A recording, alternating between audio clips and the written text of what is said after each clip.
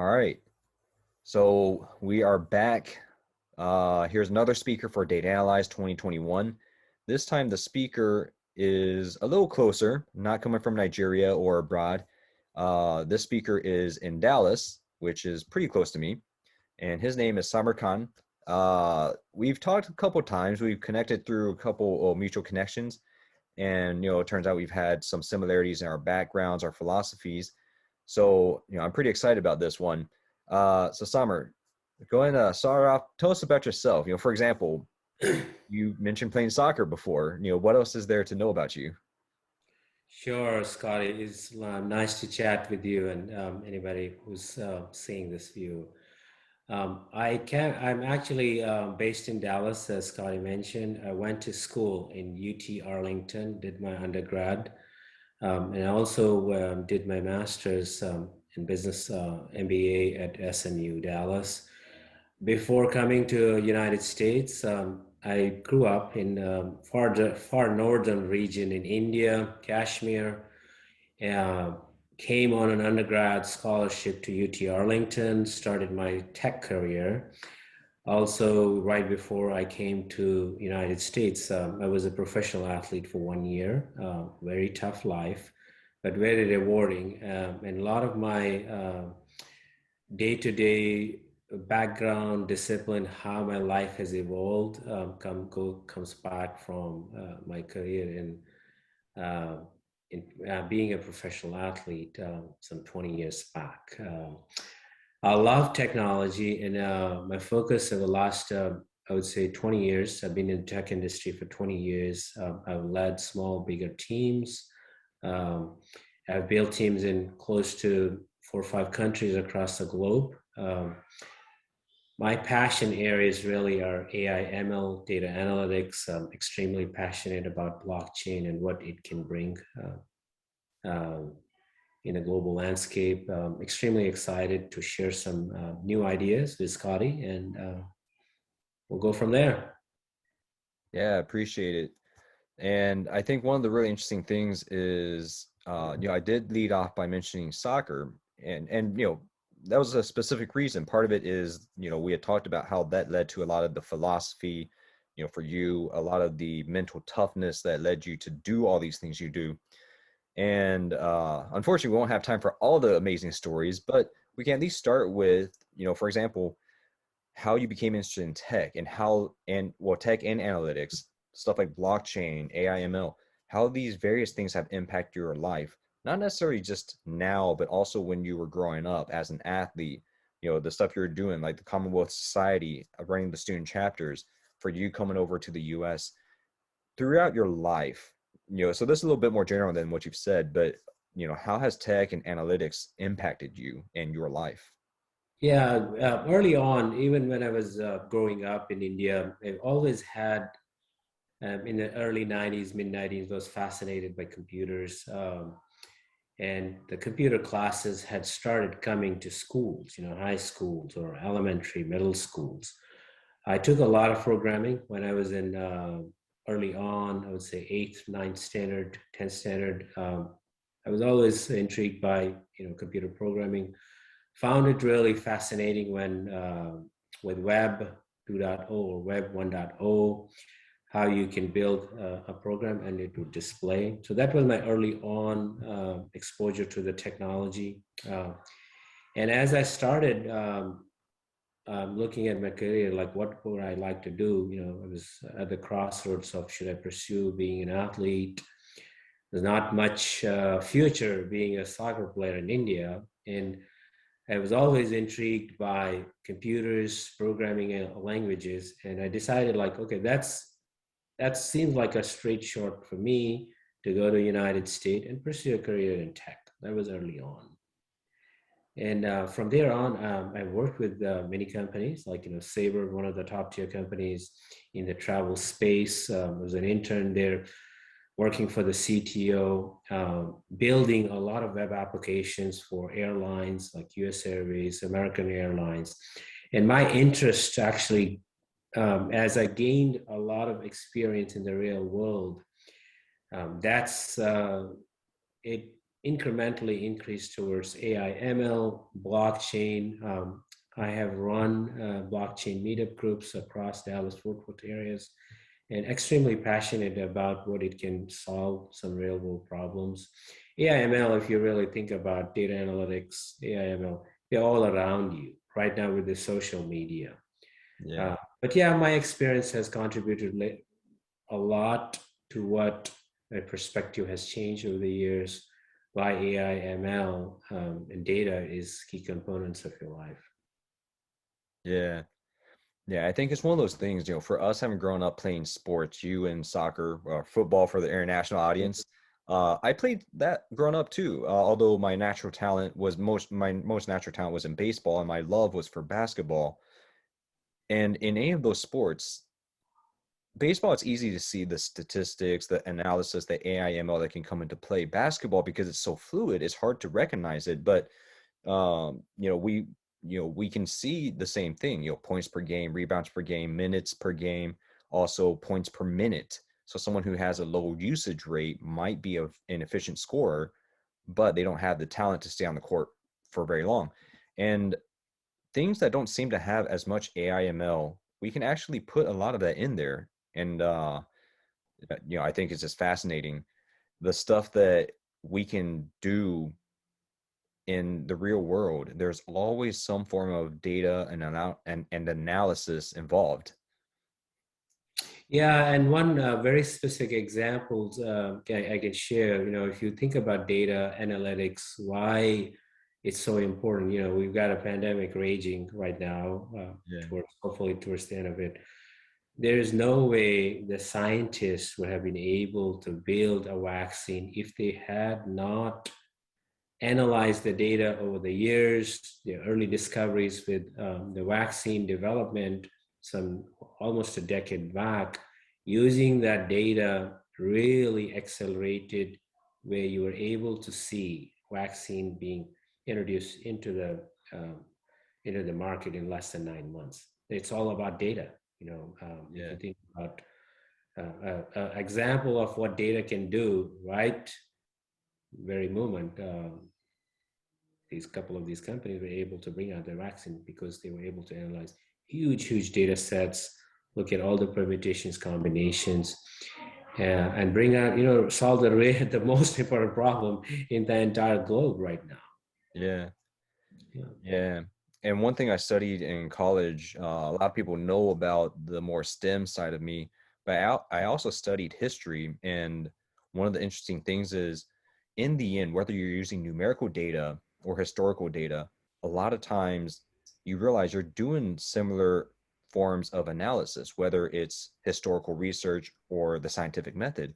You're taking some kind of information, doing your best to understand it in whatever ways are most correct, because sometimes we do misinterpret things like the Simpsons paradox, um or misinterpreting history, and or not reading between the lines or reading too much between the lines. But there's always some form of saying, here's information, let me figure out what it really means to answer a simple question. Let me figure out more information, answer another simple question. Once I answer enough simple questions, then I start to answer complex questions, and then I draw conclusions and I make decisions to form policy, to form decisions, to take action. It's just that, obviously, in this case, we're trying to say, hey, everyone, use numerical data, parse through it, compile it, clean it up, do whatever you need. Use R, Python, Scala, just figure out what's going on. What do the numbers show? Find a way to visualize it and present that. And I think, like you said, there's a lot of data around. And then for these companies, Moderna, Pfizer, many others, Johnson Johnson, I'm blanking on the name, the company that created AstraZeneca, but a lot of these companies, they're not simply responding to a pandemic. They're using information that has existed from previous pandemics or epidemics, Black Plague, the Spanish flu, smaller outbreaks of the flu or the cold, allergies. They're studying many things, and even things outside of their realm, for example, biology, anatomy, physiology, nutrition, even geographic and meteorological data to determine where will, certain winds blow, pollen, all that, everyone's, genetics and allergies. And I think from that, they don't necessarily have the exact answer, but they can approximate it. And then when the real deal happens, then they have the real world data to say, okay, let's fill in the last thing we need and very quickly identify what do we need to do. And then they make the policy and then build the vaccine. So yeah, data is everywhere. Yeah, and one thing from the pandemic has taught us, right, that data will be key to prepare for the next pandemic, Yeah. which we all know will happen. But again, what this pandemic has taught us, analyzing the data, whether you can use the data to predict the next pandemic or the next treatment or the next vaccine development, data is going to be key. And if you, as I said earlier, if you look around, data is everywhere. It's in pretty much everything that you do or you're going to do. And it's just going to get better with AI, ML in every field, whether it's medicine, whether it's technology. It just is that natural assist that's going to be out there, whether you're looking at improving your business, whether you're improving your, I would say, family life, or not being too private, but it's going to be mainstream. Same like blockchain, which is all having secure data over the public or private networks. Yeah. And I think that that really raises the questions, conflicts between life and tech. On one hand, it is amazing to have all this technology. For example, I can simply use my phone to look up any information right now. But then, of course, my phone can also track my search history, and it's useful to suggest things for me, or maybe even to warn me, hey, you're using your screen too much, or hey, you've been looking up lots of these things. Are you okay mentally? Um, to some degree, these are, it is kind of weird thinking about, does Apple or Google or Microsoft know everything about me, just like a lot of governments do? But at the same time, if your friends know about you, then, the question is, how is the data being used? And I think that's one of the interesting conflicts we're seeing, because with the digital revolution and now especially the remote revolution, we are seeing what exactly is going on. Yeah, and there's the social media, the data, especially being all kind of data is shared across. I've always been the proponent that share what you like to share. Don't share too much. Don't share the whole family history on a blockchain or to the entire network. The sharing of the data, which, as we say, social media knows what you're doing, what you're not doing, what you like, what you don't like. Try to be a little bit more careful, because that data can land in the wrong hands. It can lead, your life can be disrupted because of a click here or there. Yeah. And with the social media, there's got to be a lot of governance, which basically restricts of using their data for the wrong things. So I think that's a lot of governance in place in the United States, at least. Maybe not much in the other countries. I just feel that as a society or as a community, that we have to keep improving, that the data is used for the common good rather than for the bad. As we know, it can be used for many bad things. Yeah. And we have many extra, secure layers of security. If you look at blockchain, why blockchain is, if you really look deeply, think about blockchain and data, it is the most secure way to do transaction, whether they are financial transactions or there are other forms of transactions where you're transferring data from A to B, or they are, that's one of the reasons that I'm really passionate about blockchain, is it's the most secure network than the regular networks out there. Yeah. Yeah, and I think obviously for a lot of people right now, most of us aren't familiar with blockchain yet. Yeah. So, it's not to say that, data is bad, but for those of us who are concerned about data privacy, blockchain is a solution that is growing, it's evolving, it does exist. We just don't always know, we don't always think about it, but a lot of us are asking questions, what's going on? Is anyone trying to fix it? yeah, people are trying to fix it. It's just, it's kind of like if I had the vaccine before the pandemic, people would not know about it because what's the point? I'm not going to pay attention. Oh, now we need the vaccine. Oh, who's making it? Oh, wow, mRNA RNA technology. And I think that's the thing. Blockchain has been around for at least 10, 15 years by now. Yeah. It's just that it's only recently becoming public, or I guess well known publicly. It's been around, but we're just now reaching a point where we're all trying to find out how do we address data privacy. And blockchain is saying, hey, we've been developing. In fact, we are now a teenager, maybe a young adult. We exist. It's just that before we weren't able to do what people want, but we're reaching that point. Yeah, it's. I think the blockchain has, I view as being in blockchain and AI/ML. They are all interconnected. That is the future. A lot of people do not get blockchain, because it's not complex. The technology is very straightforward. Everybody's interested in knowing what actually it solves. As I said, very simple use cases, the security of the data, say for financial transactions.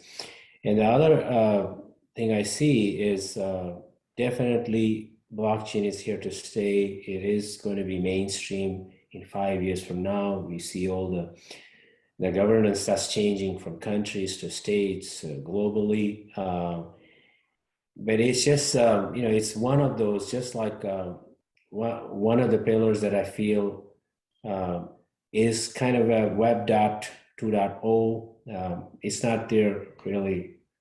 I feel like in the next 2 to 3 years, as companies start to get involved in the blockchain projects, get involved in how data can transition or transfer from one to a network to another more securely, they see the benefits.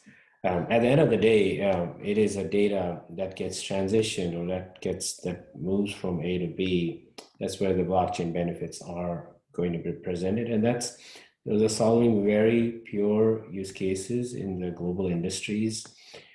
That's why a lot of the companies like Facebook, Amazon, Microsoft, they're all investing in creating their own blockchain ecosystem. And these are big, they believe that it's going to change the way we look at data more securely. But AI/ML has, if you look at AI/ML, they have been there out there for 20, 30 years, machine learning, training the machines to do more. Now you're going to see more and more of that because we want to, as an example, in travel industry alone, we want to kind of see more like what people like commercially, or if you're looking in the business travel or leisure travel space, we want to be in the space where we're able to predict what my revenues for the year next 5 years are, and that's where data is going to be very key. But it's not just ingestion of the data; it's also the data governance is needed to really take it to the next level. Yeah, definitely. And a lot of it, like you're saying, it's impacted by data, it impacts data, it's interconnected. So, we were kind of talking about the future of the world and all that just now, but kind of a little closer to home. What would you like to see for your community through all of this? Yeah, and I've got deep roots, as mentioned earlier. I came from northern part of India. I have a, I'm trying to build a community in the blockchain, the tech space, but I'm also, my goal is to educate a lot of people about what data can do, how it can improve their lives, how blockchain or AI/ML technologies are here to stay, and they mostly look at the good side. As a community, I want to educate not just in the United States but globally, people who may not know about these technologies, may not know about data, what data can do to them, and mentor the young kids, mentor the young kids to be future computer scientists who can really solve a lot of problems that the communities are having, and see how technology really earns them a living, but at the same time, solve some real time problems that they may have. But one way is I am involved in with many schools in and around Dallas, like SMU, UNT, UTD, UTA, which is where I went to school. I want to basically build a whole ecosystem where I could actually help the kids, help these institutions in many fronts from technology side, bringing them together, whether it's building a blockchain ecosystem or AIML, where they can solve common problems. Also giving back to where my roots are from Kashmir, building partnerships for the future, helping kids over there who may not have the access to the technology or the resources a typical computer science or technology student in the United States have. And we with Zoom and those technologies, they're bringing us closer where we can interact much freely with somebody who's almost like other side of the continent or other side of the globe, more freely and exchange ideas and help the community. Yeah. Yeah, that's great. And the past few years, the stuff that I've done, the stuff you've done, you know, uh, I kind of wish we had crossed paths earlier because I feel like we could have created even more impact before the pandemic. But obviously, now that we've connected, anyways, through Dr. Mack of SMU, which thank you to him. I definitely think looking forward to doing more in the future. I think there's a lot of synergies, a lot of the stuff we've talked about. I think we can do a lot. And obviously, for all the participants, everyone watching this, we hope this talk has helped you a lot. So if you're trying to connect with Samar, check in the video description below. His contact information is there. He's definitely interested in trying to find talent to hire. He's a senior manager at Capgemini. So definitely feel free to reach out. And like always, if you have questions, you can reach out to me, to him. We're here to help. Obviously, Summer, now that we've met, we can definitely work together into the future. And I think it's just one of those things for anyone watching. We want you to be part of this ride. We've had our own rides in life. We've brought people along. We've had people bring us along. At least, if you're trying to join someone's ride, you're welcome to join ours. We want to help you get to where you want to get. And, hopefully at some point you'll be able to bring others along for your own ride too. So Samar, thank you so much. Do you want to close out with any final words? I think the future is very bright. As I mentioned, I'm looking forward to working with Scotty on many initiatives. Especially building some really good hackathons in 2022, and which really brings the community together, whether they are in the United States or whether they're across the country, across in India, parts of that side of the world. We want to build some hackathons. We want to help the community, and we have the common passion of giving it back to the community. Thank you.